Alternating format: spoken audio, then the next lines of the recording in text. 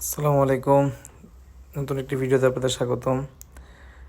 আজকে আসলে চলে আসছি বিখ্যাত সেই হিরাজিল হোটেল। অনেক দিন ধরে প্ল্যান করতেছিলাম আসবো তাদের খিচুড়িটা খাওয়ার জন্য।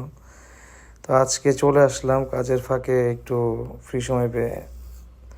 তো তাদের ঢুকে পড়তে তাদের হচ্ছে যেখানে মিষ্টির স্টল সামনেই বিভিন্ন রকমের মিষ্টান্ন আছে। তো দেখতে সুস্বাদু লাগলো, যেহেতু আজকে আর খিচুড়ি খাওয়ার করে প্ল্যান করে আসছি, তো মিষ্টি অর্ডার করলাম না। তো এখানে হচ্ছে তাদের সেই বিখ্যাত ফালুদা প্রচুর পরিমাণ অর্ডার হয় এখান থেকে।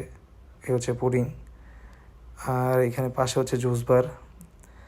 আমি হচ্ছে প্রাইস মেনুটা দিয়ে দিলাম, একটু কষ্ট করে পজ করে দেখে নেবেন এখান থেকে। তো ভিতরে তো একদম বসার জায়গা নেই বললেই চলে, যেহেতু দুপুর টাইমে গিয়েছিলাম। তো প্রচুর পরিমাণ ভিড়, তো আমাদের বললো উপরে চলে যেতে।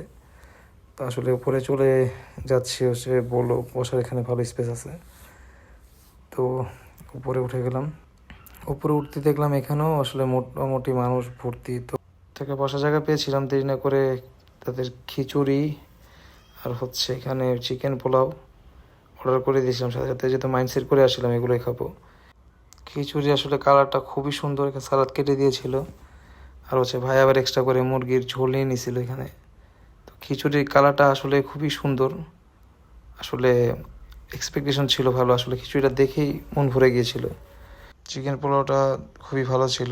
আর খাসির গোস্তটা জায়গা হয়তো বা ছাগির গোস্ত ইউজ করছে তারা, বা শুধু খিচুড়িটা খুবই দারুণ লেগেছিল আমার কাছে।